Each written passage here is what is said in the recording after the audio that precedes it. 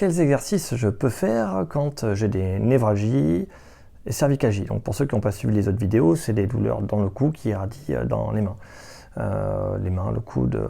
Je vous invite à voir les autres vidéos pour vous renseigner dessus. Donc la question c'est pas je peux, c'est je dois.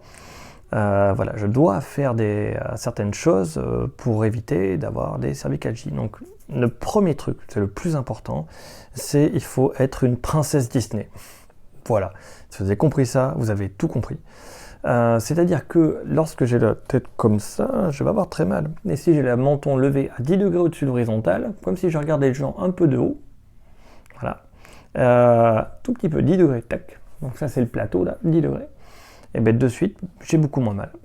C'est que dans cette position, 10 degrés au-dessus de l'horizontale, ça permet à tous mes muscles de la nuque de ne pas subir de pression. Là, c'est mes muscles qui tiennent ma tête.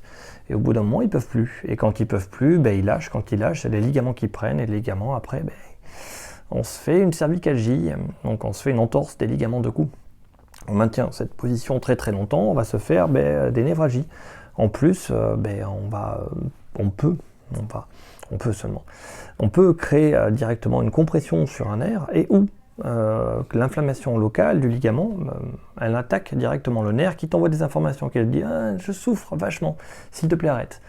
Donc voilà, le premier truc à faire, c'est la position, et imaginez qu'on a 10 degrés au-dessus de l'horizontale.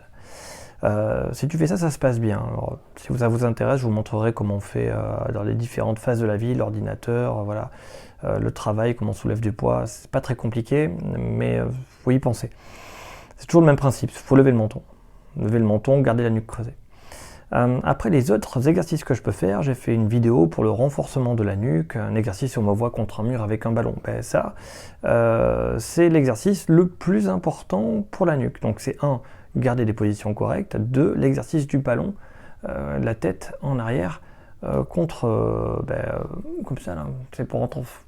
Je suis en train de me perdre. Regardez cette vidéo.